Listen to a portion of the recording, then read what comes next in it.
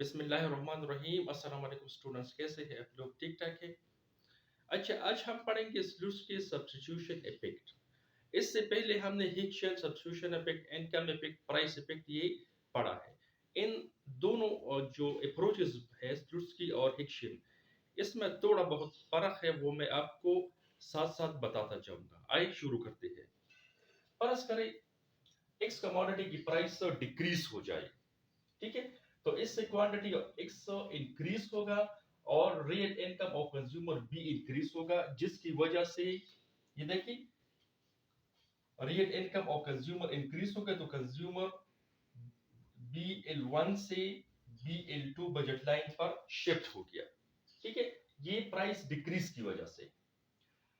अब इससे पहले जो हिक्शियन अप्रोच था उसमें हम सब्स्टिट्यूशन इफेक्ट फाइंड करते थे, तो हम ये कहते थे कि we snatch all the increase in real income from consumer। जितनी भी उसकी रियल इनकम में इंक्रीज हुआ है, वो सारे का सारा इनकम उनसे छीन कर उसको वापस अपने पुराने वाले इंटरप्रेस पर ले आए। तो इन पर हम जो कंज्यूमर की जो यूटिलिटी थी वो कांस्टेंट रहती थी। लेकिन यहाँ सिचुएशन थोड़ा सा डिफरेंस है। स्लुट्स के ये कहता है कि अगर कंज्यूमर की रियल इनकम में इंक्रीज हो जाए और वो हायर बजट लाइन और इंटरप्रेस करो पर शिफ्ट हो जाए, तो उसको वापस लाने के लिए उससे इतनी इनकम ले ली जाए कि वो अपने जो पुराना वाला पोजीशन है, जो इक्विलिब्रियम पोजीशन है, कम से कम उसको एंजॉय कर सके। पूरा इनकम उनसे ना लो, ठीक है। जो रियल इनकम उसकी इंक्रीज हुई, पूरी का पूरा इनकम उनसे ना लो, बल्कि एक हिस्सा ले लो। इतना कंज्यूमर को छोड़ो कि वो कम से कम अपने पुराने वाले इक्विलिब्रियम पोजीशन को खरीद सके, वो कॉम्बिनेशन खरीद सके जो वो पहले खरीदता था, ठीक है।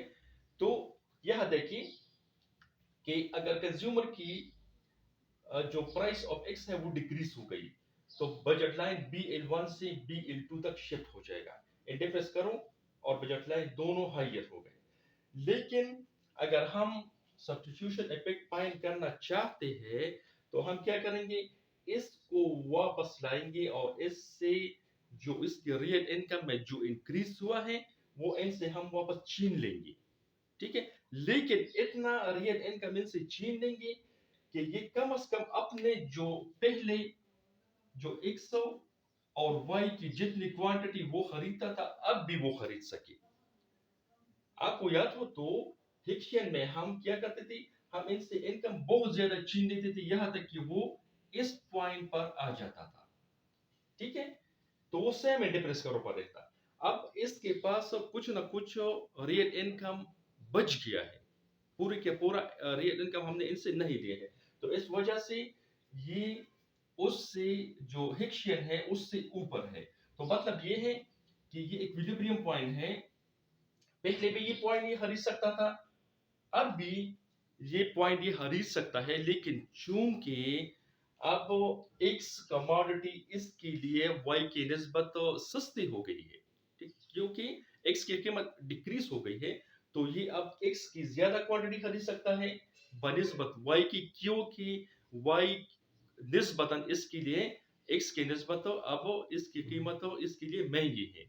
तो इस वजह से कंज्यूमर क्या करेगा, वो वापस वो पुराना जो कॉम्बिनेशन है उसको नहीं लेगा, बल्कि उसके पास चॉइस है कि इस पर कोई और कॉम्बिनेशन भी ले सकता है, क्योंकि उसका इनकम इतना डिक्रीज नहीं हुआ है जितना वो फिक्शन में होता था कि उसके इसके बाद वो कुछ भी नहीं खरीद सकता था, बल्कि सेम इंटरप्रेस करो पर रहता था।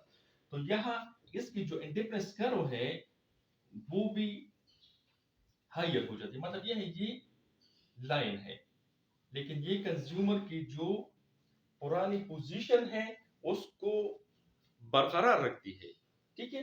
तो इस वजह से कंज्यूमर के पास इतनी इनकम बच जाती है कि वो अपने पुराने पोजीशन से कुछ आगे ऊपर जाता है। तो इस वजह से जब वो ऊपर जाता है तो वो हाइयर एंटरप्रेस करो को अपने पुराने वाले एंटरप्रेस करो की निस्बत वो हाइयर एंटरप्रेस करो को टच करता है। ये फर्ज करें IC2 है, तो ये देखिए अब ये E1 है, ये E2 है। E1 और E2 के दरमियान जो डिस्टेंस है वो है substitution effect in case of Slutsky approach. Slutsky approach में ये सब्स्टिट्यूशन इफेक्ट है। अगर हिक्शियन होता तो फिर ये यह आ जाता। ठीक है, तो इन दोनों में यही फर्क है कि हिक्शियन कंज्यूमर से सारे का सारा इनकम छीन लेता है जो उसके रियल इनकम में इंक्रीज होता है, लेकिन स्लुट्स्की ये कहता है कि उससे सारा इनकम ना छीनो, बल्कि इतना छीनो कि वो कम से कम अपने पुराने वाले पोजीशन पर, जो इक्विलिब्रियम पोजीशन है उसका, उस पर वापस आ जाए, और जो कॉम्बिनेशन वो पहले खरीदता था एक्स वाई की, कम से कम वो खरीद सके। लेकिन चूंकि वो नीचे आकर उसकी जो रियल इनकम है उसके साथ कुछ ना कुछ बच जाता है, जिसकी वजह से वो अपने पुराने पोजीशन से अपने हायर वाले डिफरेंस करो पर भी कुछ ना कुछ कमोडिटी जो है वो खरीद सकता है। तो इस वजह से वो हायर इंडिफरेंस करो से पर शिफ्ट हो जाता है IC1 के निस्बत, और वो जो है वो X2 क्वांटिटी खरीद सकता है, और Y की क्वांटिटी उसने कम कर दी क्योंकि Y अब उसके लिए बनिस्बत X के महंगी हो गई है। ये है स्लुट्स्की इफेक्ट, और दोनों में डिफरेंस भी यही सिंपल सा डिफरेंस है। Okay, thank you.